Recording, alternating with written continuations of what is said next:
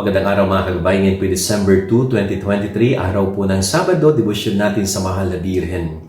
At tayo po ay pinag-iingat ng Panginoon sa lahat ng mga makamundong bisyo. Na sana po ang ating buhay hindi matuon, hindi magumon sa mga bisyo na ito.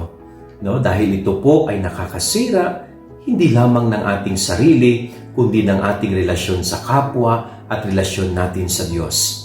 Kanya nga nire-remind po sa atin ng Panginoon ay instead na mag-focus ka sa mga bisyo, sa mga walang kwentang bagay, bakit hindi ka mag-focus kay Jesus? No, mag-focus ka sa ating Panginoon.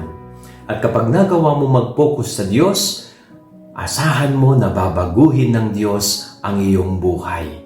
So ito po ay maging point of reflection natin ngayong araw na ito. No? Ano ba yung pinagkakabalahan natin sa buhay?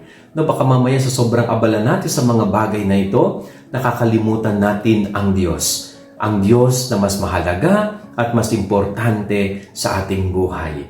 Yan ang ating gabay-aral ngayong maghapon. God bless po sa inyo lahat. Pagpalain kayo ng Panginoon.